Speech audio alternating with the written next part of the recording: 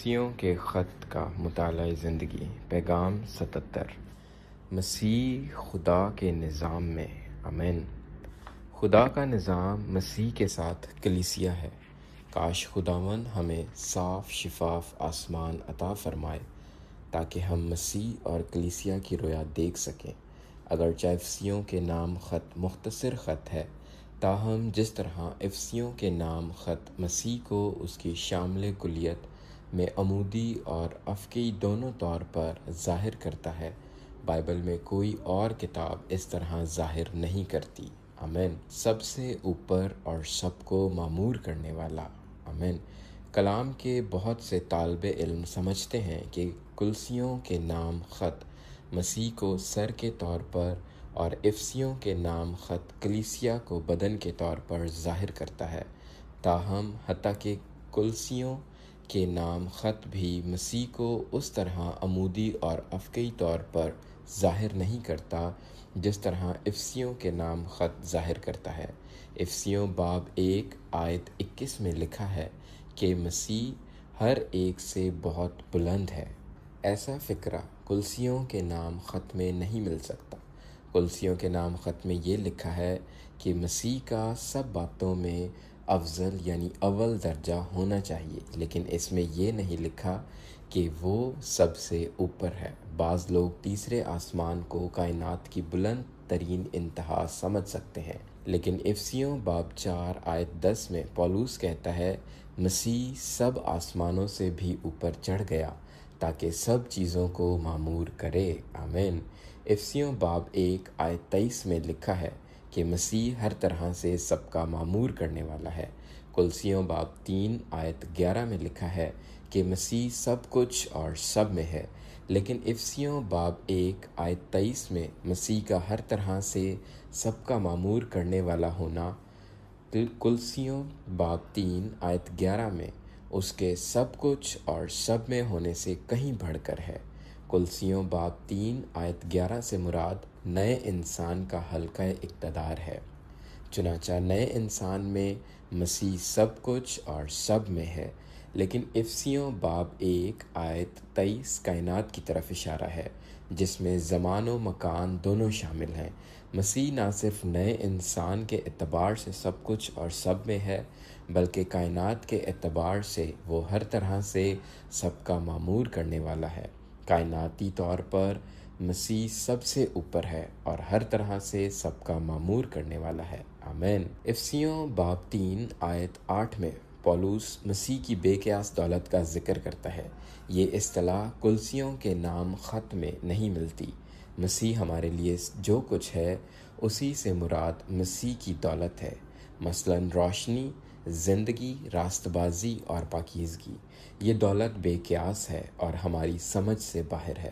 افسیوں باب 3 آیت 18 میں پولس چوڑائی اور لمبائی اور اونچائی اور گہرائی کا ذکر کرتا ہے۔ یہ چوڑائی، لمبائی، اونچائی اور گہرائی مسیح کے پیمانے ہیں۔ مسیح نہ صرف سب چیزوں سے بلند ہے بلکہ وہ اونچائی بھی ہے۔ وہ نہ صرف سب چیزوں سے زیادہ گہرا اور چوڑا اور لمبا ہے بلکہ وہ چوڑائی، لمبائی اور گہرائی ہے۔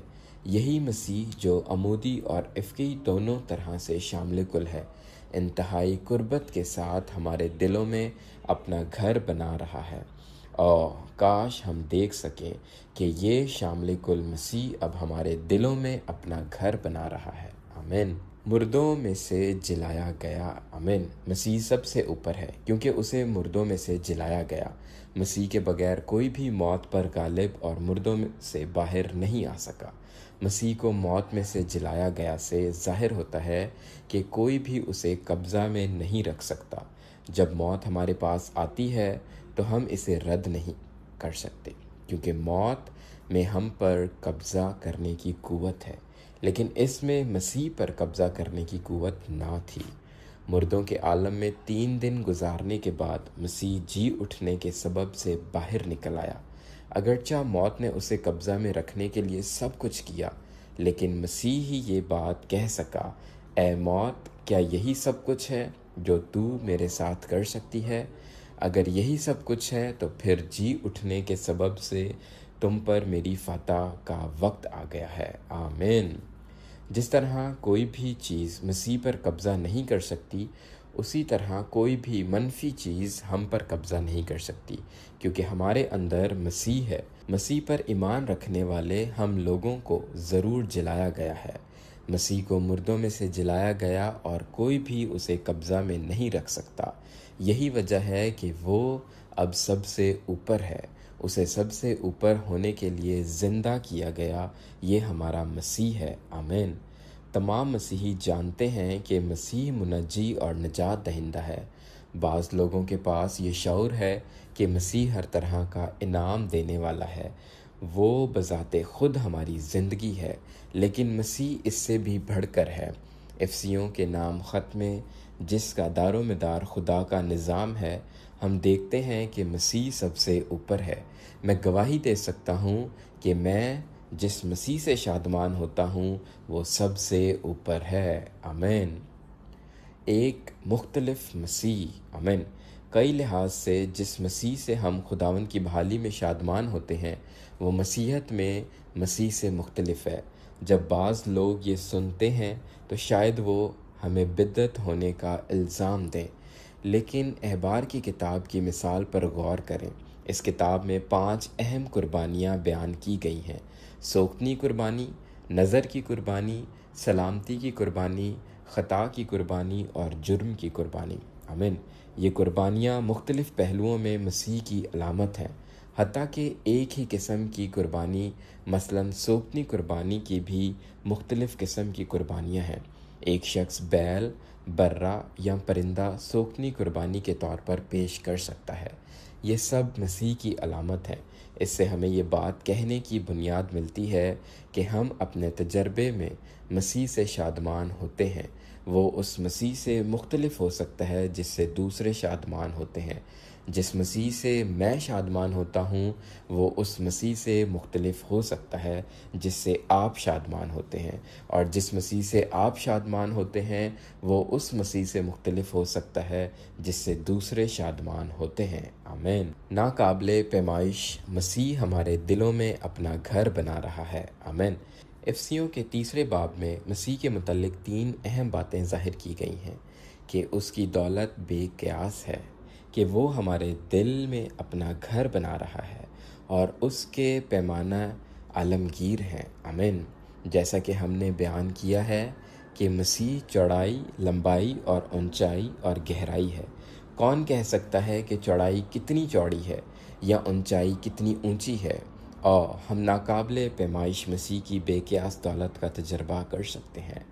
مسیح کائنات کی چوڑائی، لمبائی، اونچائی اور گہرائی ہے۔ اس کے ناقابل پیمائش پیمانے میں مسیح کے لیے ہالےلویا۔ آمین۔ ہمیں اپنے آپ سے یہ سوال پوچھنا چاہیے کہ کیا ہم ایسے مسیح کو جانتے ہیں یا نہیں؟ اگرچہ مسیح ناقابل پیمائش ہے، لیکن پھر بھی وہ ہمارے دلوں میں اپنا گھر بنا رہا ہے۔ یہ ناقابل پیمائش مسیح ایک شاندار شخصیت ہے جو انتہائی قربت کے ساتھ ہمارے دلوں میں اپنا گھر بنا رہا ہے۔ مسیح کے ہمارے دلوں میں اپنا گھر بنانے کے لیے ہمیں روح سے قدرت کے ساتھ اپنی باطنی انسانیت میں بہت ہی زوراور ہونے کی ضرورت ہے، پھر ہم خدا کی ساری معموری تک معمور ہو جائیں گے۔ آمین۔ جو ناقابل پیمائش مسیح ہمارے اندر اپنا گھر بنا رہا ہے، وہ ایک طرف روح ہے اور دوسری طرف معموری کی خدا۔ آمین۔ اگر ہم روح سے زوراور ہو جائیں اور مسیح ہمارے اندر اپنا گھر بنا لے تو ہم خدا کی ساری معموری تک معمور ہو جائیں گے۔ ایسا نہ کہیں کہ مسیح صرف بیٹا ہے لیکن روح نہیں، اور نہ ہی خدا باپ ہے۔ محتاط رہیں کہ آپ مسیحیت کے منظم عقائد کے اثر میں نہ ہوں۔ مسیح اتنا شاندار ہے کہ اس کو کسی عقیدوں کے نظام میں محدود نہیں کیا جا سکتا۔ جب وہ ہمارے اندر اپنا گھر بناتا ہے تو روح ہمیں زوراور کر رہا ہے اور ہم خدا کی معموری تک معمور ہوتے جا رہے ہیں۔ آمین۔ کیا آپ نے غور کیا کہ افسیوں باب 3 میں پولس روح، مسیح اور خدا کے بارے میں بیان کرتا ہے؟ روح ہمیں زوراور کرتا ہے، مسیح ہمارے اندر اپنا گھر بناتا ہے اور ہم خدا کی معموری تک معمور ہو جاتے ہیں۔ مسیح شامل کل ہستی ہے، وہ روح ہے جو ہمیں زوراور کرتا ہے، مسیح ہے جو ہمارے اندر اپنا گھر بناتا ہے، اور خدا ہے جو ہمیں اپنی معموری تک معمور کرتا ہے۔ ہم میں سے بہت سے لوگ افسیوں کے نام خط کا مطالعہ مسیح کی ایسی رویا دیکھنے کے بغیر کر چکے ہیں۔ کاش ہم سب دیکھیں کہ جس مسیح کو ہم نے قبول کیا ہے وہ روح ہے جو ہمیں زوراور کرتا ہے، اور خدا ہے جو ہمیں اپنی معموری تک معمور کرتا ہے۔ میں گواہی دے سکتا ہوں کہ جس مسیح سے میں شادمان ہوتا ہوں وہ ایسی ہی شاندار ہستی ہے۔ آمین۔ اترنے اور اوپر چڑھنے والا مسیح۔ آمین۔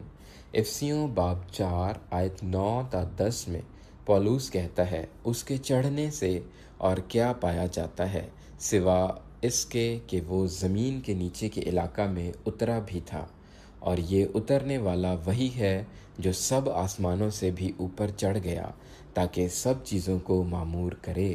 آمین۔ مسیح نے کائنات میں بہت سفر کیا۔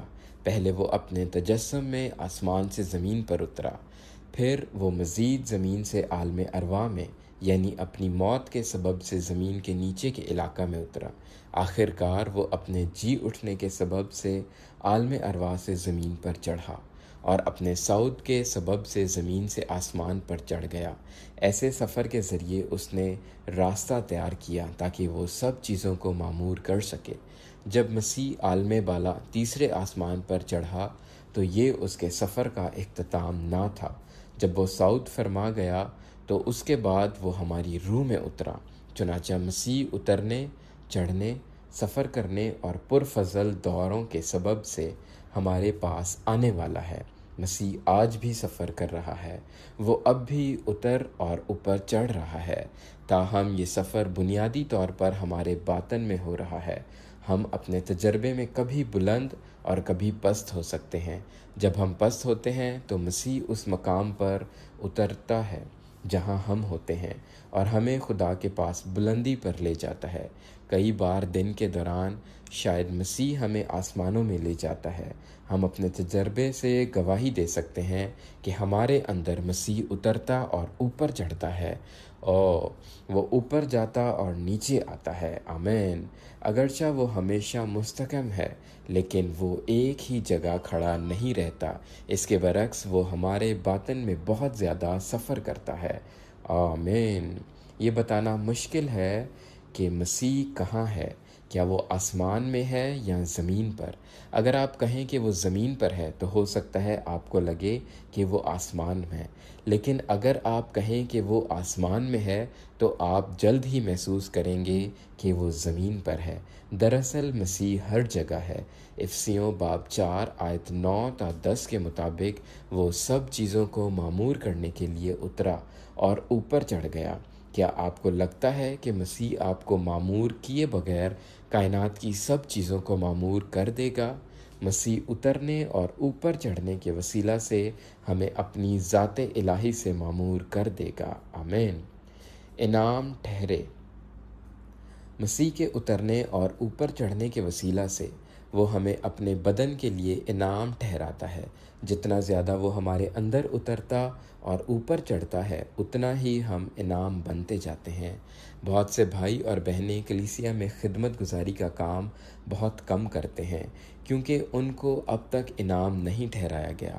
ہو سکتا ہے وہ اچھے بھائی اور بہن ہیں لیکن کلیسیا کے لیے انعام نہیں ہیں، لیکن جب مسیح ان کے اندر اترتا اور اوپر چڑھتا ہے تو وہ انہیں اسیر کرتا، شکست، فاش دیتا اور اپنے بدن کے لیے انعام ٹھہراتا ہے۔ مسیح کے اس سفر کے نتیجے میں وہ مفید انعام بن جاتے ہیں۔ تاہم مجھے فکر ہے کہ بعض مقدسین میں مسیح کا یہ سفر رک گیا ہے، وہ اب ان کے اندر اترتا اور اوپر نہیں چڑھتا ہے۔ آمین۔ میں گواہی دے سکتا ہوں کہ مسیح کے میرے اندر اترنے اور اوپر چڑھنے کے ذریعے مجھے کلیسیا کے لیے انعام ٹھہرایا گیا ہے۔ آمین۔ مسیح میرے باطن میں بہت بار اترا اور اوپر چڑھا ہے۔ اگر ہم اپنے باطن میں مسیح کو اترنے اور اوپر چڑھنے دیں